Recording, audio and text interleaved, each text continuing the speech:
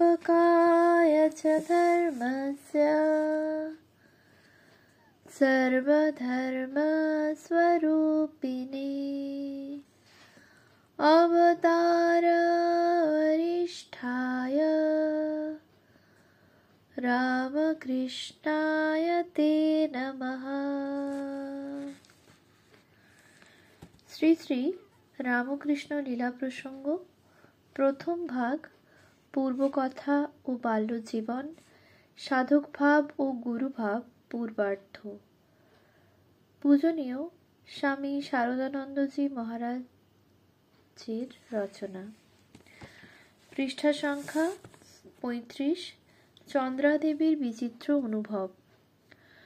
ওই সকল কথা কাহাকেও না বলিতে চন্দ্রাদেবীকে ক্ষুদিরামের সতর্ক করা।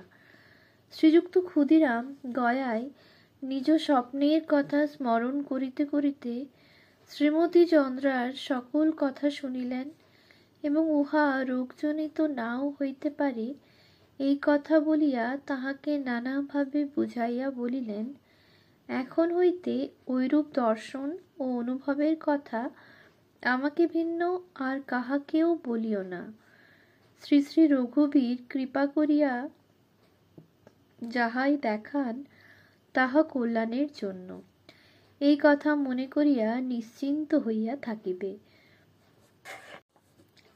গয়াধামে অবস্থানকালে শ্রী শ্রী গদাধর আমাকেও অলৌকিক উপায়ে জানাইয়াছেন, আমাদিগকে পুনরায় পুত্রমুখ দর্শন করিতে হইবে। শ্রীমতী চন্দ্রাদেবী দেবপ্রতিম স্বামীর ঐরূপ কথা শুনিয়া আশ্বস্তা হইলেন এবং তাহার আজ্ঞানুবর্তিনী হইয়া এখন হইতে পূর্ণভাবে শ্রী শ্রী রঘুবীরের মুখাপেক্ষিনী হইয়া অবস্থান করিতে লাগিলেন।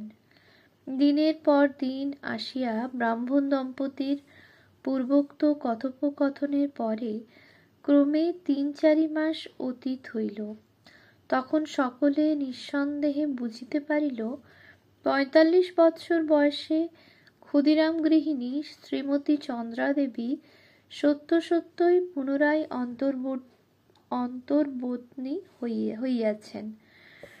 গর্ভধারণ করিবার কালে রমণীর রূপলাবণ্য সর্বত্র বর্ধিত হইতে দেখা যায়। চন্দ্রাদেবীরও তাহাই হইয়াছিল। ধনী প্রমুখ তাহার প্রতিবাসিনীগণ বলিত, এইবার গর্ভধারণ করিয়া তিনি যেন অন্যান্য বার অপেক্ষা অধিক রূপলাবণ্যশালিনী হইয়াছেন। তাহাদিগের মধ্যে কেহ কেহ আবার উহা দেখিয়া জল্পনা করিত, বুড়ো বয়সে গর্ভবতী হইয়া মাগীর এত রূপ, বোধ হয় ব্রাহ্মণী এবার প্রসবকালে মৃত্যুমুখে পতিতা হইবে। সে যাহা হোক, গর্ভবতী হইয়া শ্রীমতী চন্দ্রার দিব্য দর্শন ও অনুভব সকল দিন দিন বর্ধিত হইয়াছিল। শোনা যায় এই সময়ে তিনি প্রায় নিত্যই দেবদেবী সকলের দর্শন লাভ করিতেন, কখনো বা অনুভব করিতেন তাহাদিগের শ্রী অঙ্গ নিঃসৃত পুণ্য গন্ধে গৃহ পূর্ণ হইয়াছে, কখনো বা দৈববাণী শ্রবণ করিয়া বিস্মিতা হইতেন। আবার শোনা যায় সকল দেবদেবীর উপরেই তাহার মাতৃস্নেহ যেন এই কালে উদ্বেলিত হইয়া উঠিয়াছিল।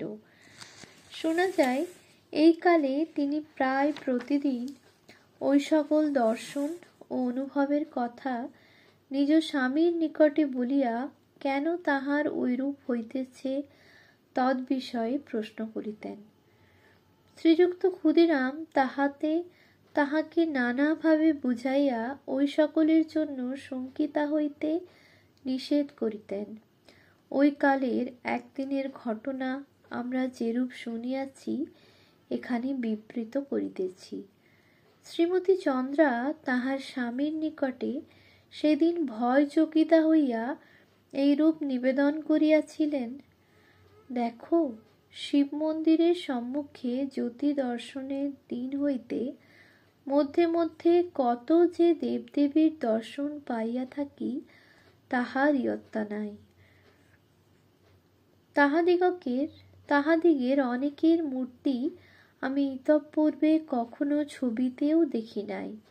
আজ দেখি হাসির উপর চড়িয়া একজন আসিয়া উপস্থিত, দেখিয়া ভয় হইল। আবার রৌদ্রের তাপে তাহার মুখখানি রক্তবর্ণ হইয়াছে দেখিয়া মন কেমন করিতে লাগিল।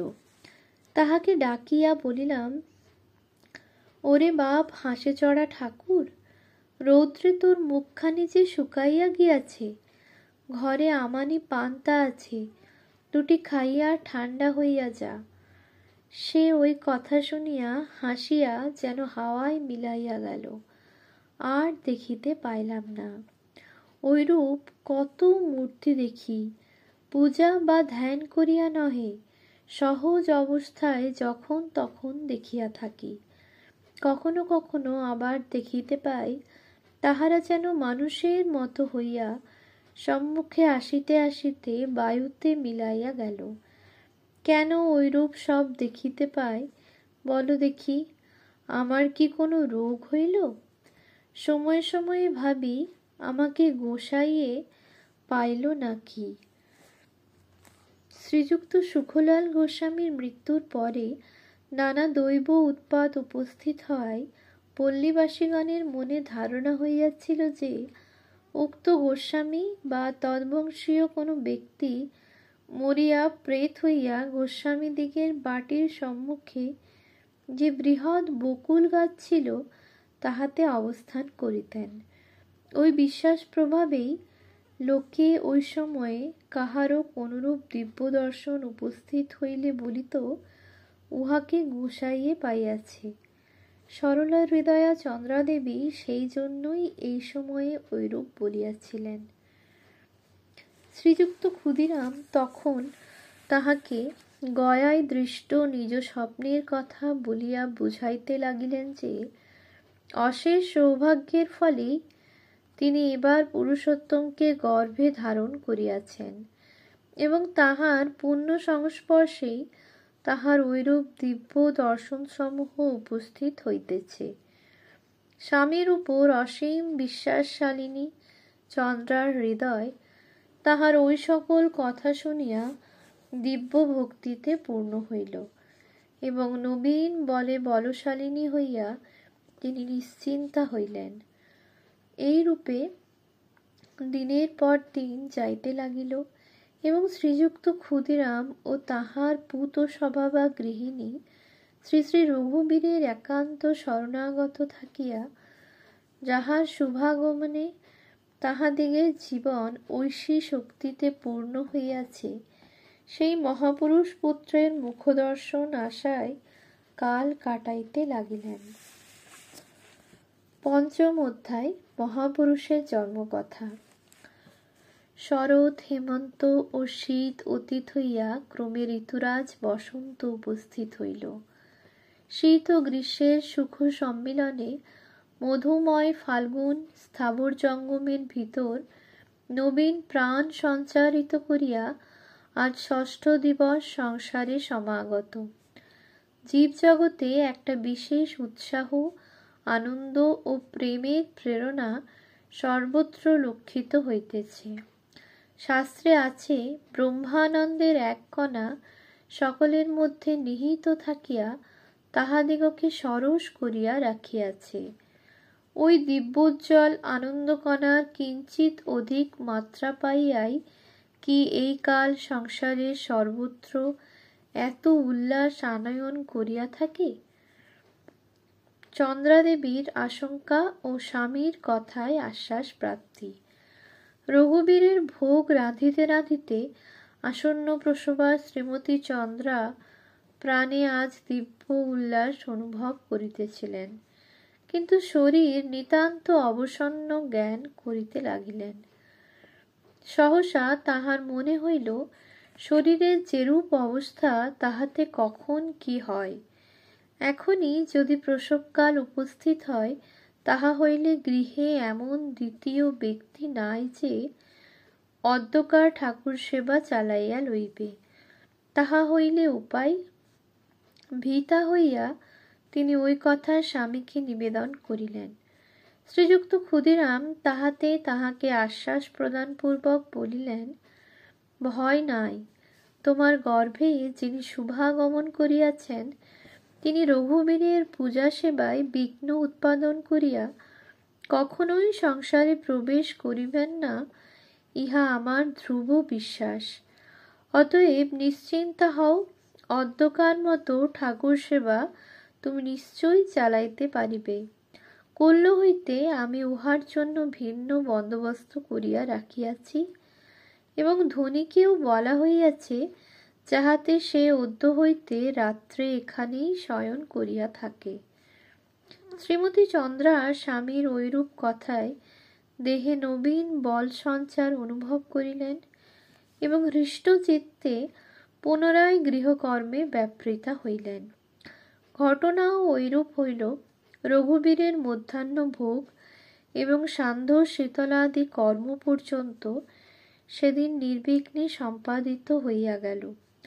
রাত্রে আহারাদি সমাপন করিয়া শ্রীযুক্ত ক্ষুদিরাম ও রামকুমার শয়নকক্ষে প্রবেশ করিলেন এবং ধনী আসিয়া চন্দ্রাদেবীর সহিত এক কক্ষে শয়ন করিয়া রহিল। রঘুবীরের ঘর ভিন্ন, বাটিতে বসবাসের জন্য দুইখানি চালাঘর ও একখানি মাত্র রন্ধনশালা ছিল এবং অপর একখানি ক্ষুদ্র চালাঘরে এক পার্শ্বে ধান্য কুটিবার জন্য একটি ঢেঁকি এবং উহা সিদ্ধ করিবার জন্য একটি উনান বিদ্যমান ছিল। স্থান অভাবে শেষোক্ত চালাখানি শ্রীমতী চন্দ্রার সূতিকাগৃহরূপে নির্দিষ্ট রহিল। গদাধরের জন্ম। রাত্রি অবসান হইতে প্রায় অর্ধদণ্ড অবশিষ্ট আছে, এমন সময়ে চন্দ্রাদেবীর প্রসবপীড়া উপস্থিত হইল। ধনীর সাহায্যে তিনি পূর্বোক্ত ঢেকিশালে গিয়া শয়ন করিলেন এবং অবিলম্বে এক পুত্র সন্তান প্রসব করিলেন। শ্রীমতী চন্দ্রার জন্য ধনী তখন তৎকালোপযোগী ব্যবস্থা করিয়া জাতককে সাহায্য করিতে অগ্রসর হইয়া দেখিল, ইতঃপূর্বে তাহাকে যেখানে রক্ষা করিয়াছিল সেই স্থান হইতে সে কোথায় অন্তর্হিত হইয়াছে। ভয় ত্রস্তা হইয়া ধনী প্রদীপ উজ্জ্বল করিল এবং অনুসন্ধান করিতে করিতে দেখিতে পাইল, রক্ত ক্লেদময় পিচ্ছিল ভূমিতে ধীরে ধীরে হড়কাইয়া ধান্য সিদ্ধ করিবার চুল্লির ভিতর প্রবেশপূর্বক সে বিভূতি ভূষিতাঙ্গ হইয়া পড়িয়া রহিয়াছে, অথচ কোনো শব্দ করে নাই।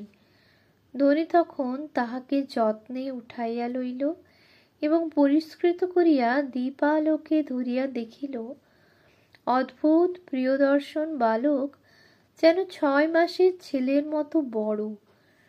প্রতিবেশী লাহাবাবুদের বাটি হইতে তখন প্রসন্ন প্রমুখ চন্দ্রাদেবীর 2-4 জন বয়স্যা সংবাদ পাইয়া তথায় উপস্থিত হইয়াছে। ধনী তাহাদিগের নিকটে এ সংবাদ ঘোষণা করিল এবং পূত গম্ভীর ব্রাহ্ম মুহূর্তে শ্রীযুক্ত ক্ষুদিরামের তপস্বী দরিদ্র কুটির শুভ শঙ্খরবে পূর্ণ হইয়া মহাপুরুষের শুভাগমন বার্তা সংসারে প্রচার করিল। গদাধরের শুভ জন্ম মুহূর্ত সম্বন্ধে জ্যোতিষশাস্ত্রের কথা। ওই দিন সন 1242 সালের অথবা 1757 শকাব্দের 6ই ফাল্গুন, ইংরেজি 1836 খ্রিস্টাব্দের 18ই ফেব্রুয়ারি, শুক্লপক্ষ, বুধবার। রাত্রি 31 দণ্ড অতীত হইয়া অর্ধদণ্ডমাত্র অবশিষ্ট থাকিতে বালক জন্মগ্রহণ করিয়াছে। শুভা দ্বিতীয়া তিথি ওই সময়ে পূর্ব ভাদ্রপদ নক্ষত্রের সহিত সংযুক্ত হইয়া সংসারে সিদ্ধি যোগ আনয়ন করিয়াছিল। বালকের জন্মলগ্নে রবি, চন্দ্র ও বুধ একত্র মিলিত রহিয়াছে এবং শুক্র, মঙ্গল ও শনি তুঙ্গস্থান অধিকারপূর্বক তাহার অসাধারণ জীবনের পরিচায়ক হইয়া রহিয়াছে। আবার মহামুনি পরাশরের